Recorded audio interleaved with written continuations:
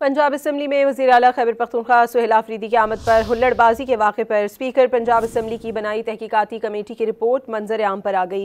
Report में हुल्लड़बाजी में मुलव्वस अफराद के खिलाफ कानूनी कार्रवाई की गई है। तफ्तीश में कानून नाफिज करने वाले इदारों की मदद लेने की भी तजवीज़ दी गई है। पंजाब असम्बली में वज़ीर आला खैबर पख्तूनख्वा सुहेल आफरीदी की आमद पर हुल्लड़बाजी के वाक़े पर स्पीकर पंजाब असम्बली की बनाई तहकीकाती कमेटी की रिपोर्ट मंजर आम पर आ गई। रिपोर्ट में हुल्लड़बाजी में मुलव्वस अफराद के खिलाफ कानूनी कार्रवाई की गई है। तफ्तीश में कानून नाफिज करने वाले इदारों की मदद लेने की भी तजवीज़ दी गई है। पंजाब असम्बली में वज़ीर आला खैबर पख्तूनख्वा सुहेल आफरीदी की आमद पर हुल्लड़बाजी के वाक़े पर स्पीकर पंजाब असम्बली की बनाई तहकीकाती कमेटी की रिपोर्ट मंजर आम पर आ गई। रिपोर्ट में हुल्लड़बाजी में मुलव्वस अफराद के खिलाफ कानूनी कार्रवाई की गई है। तफ्तीश में कानून नाफिज करने वाले इदारों की मदद लेने की भी तजवीज़ दी गई है।